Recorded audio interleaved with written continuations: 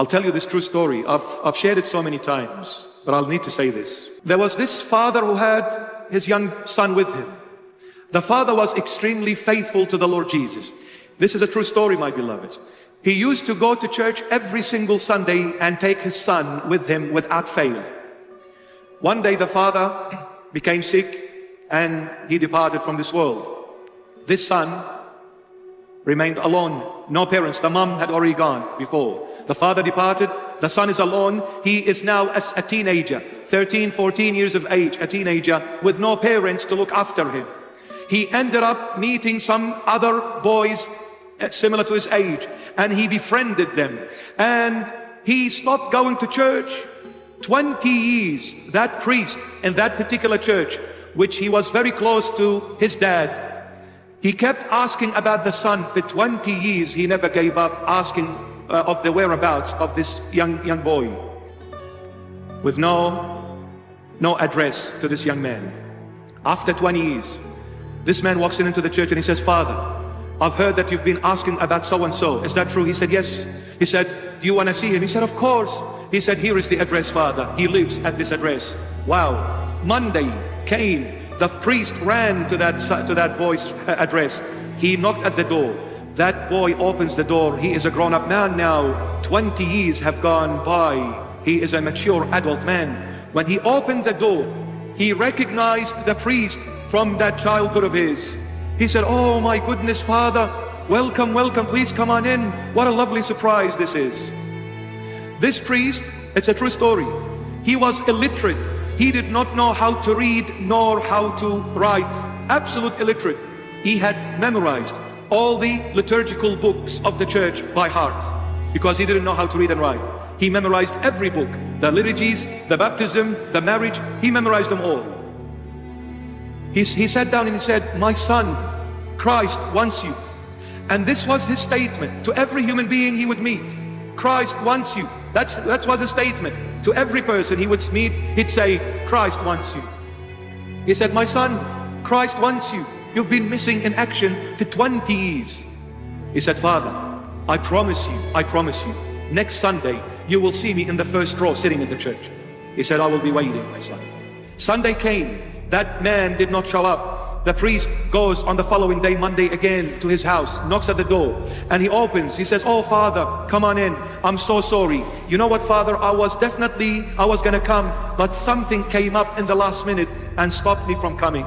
Please forgive me, Father. Next Sunday, I promise you, I'm coming, and I'm sitting at the front row." He said, "I'll be waiting. Christ wants you." And then Sunday comes. That man does not show up. The following day, Monday, the priest goes again, knocks at the door. That son opens the door and sees the priest. He said, "Father, listen, let us not kid ourselves. You know very well what my job is. That young boy, when he mixed with the wrong people, so-called friends, they led him to the dark path. He ended up being the ringleader of the biggest drug syndicate in that country. You see what happens when you mix with the wrong people?" He said, "Father, you know very well what I do for a living. Don't waste your time, and definitely don't waste my time. Can your Jesus give me the money that I make every month? Can he?" He said, "My son, Christ's treasure is endless. He is full of riches." He said, "Father, please, go and find another son for your Christ and leave me alone. Don't ever come to this house ever again." He said, "My son, but Christ wants you." He said, "Please go away." The priest goes. He waits for this man to come on Sunday. Obviously, he didn't come. So the priest goes on Monday the following day. He knocks at the door, and apparently this drug dealer was expecting other drug dealers to come to his house, and he gave them this secret knock. That poor priest knocked at the door the exact way of those drug dealers would have done so. This man runs thinking it is the other drug dealers. So he opens the door eagerly, and to his shocking surprise, he sees that poor priest in front of him. Out of anger and frustration, he punches the priest in the face, knocks him to the ground, and breaks one of his teeth, and blood started coming out of his mouth, from his mouth. He wakes up, dusts himself off, with blood coming out of his mouth, one tooth missing. He says, "My son, listen, before I go, I'm telling you, this is the last time I will ever come to your house ever again. But the last thing I'm going to say before I leave, Christ wants you. And he walks away. That very night, the police in that country get that guy, the biggest drug dealer in that country. They grab him, and then he was sentenced into imprisonment for nine years. He was thrown in a dungeon, not even 2 meters by 2 meters, underground, absolutely dark, no windows, no light, no nothing. True story. 9 years he was going to spend in that little dungeon underground. When he looked from a citadel, from a mansion into a dungeon, he said, impossible, I'm going to last 9 years. I'll kill myself.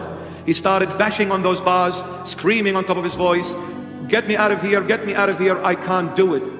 That prison warden came laughing at him. He said, outside you were like a lion. Look at you now, you little mouse. You can scream for as long as you want and as much as you want. You are underground. No one will ever hear you. No one will ever come to your rescue. You will rot like a little mouse in this dungeon. He said, when I sat in that dungeon, absolutely destroyed. He said, I heard a noise in that dark dungeon. I became frightened. I said, oh no, there is another person in the dungeon. Maybe he's a serial killer. He's gonna rip me apart. He said, and I saw a small bright light coming in that dungeon. I became afraid.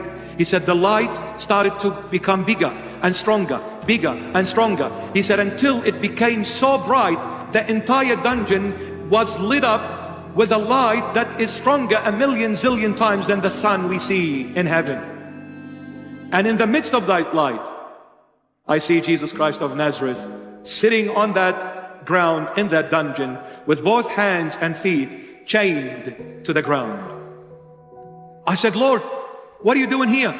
What are these chains in your hand, and why are you in this dungeon? And then he said, the Lord spoke to me. And when he spoke, he opened his mouth, and I saw blood coming out of his mouth, and I realized one tooth was missing in his mouth. He said, Lord, what happened to you? Who did this to you? And then he said, my son, you did this to me. You. He said, I threw myself at his feet, crying like a baby. I said, Lord, how could I have done that to you? Impossible. When? How? He said, my son, do you think I am a harsh master? It was me, Jesus Christ of Nazareth, who sent that priest your way. He is my servant. I sent him to you. I was searching for you through this priest, and I begged you to come to my house. You refused my calling. When you punched that priest in the face and you broke his tooth and made blood come out of his mouth, you did not punch the priest, you punched your Jesus. For I am that priest.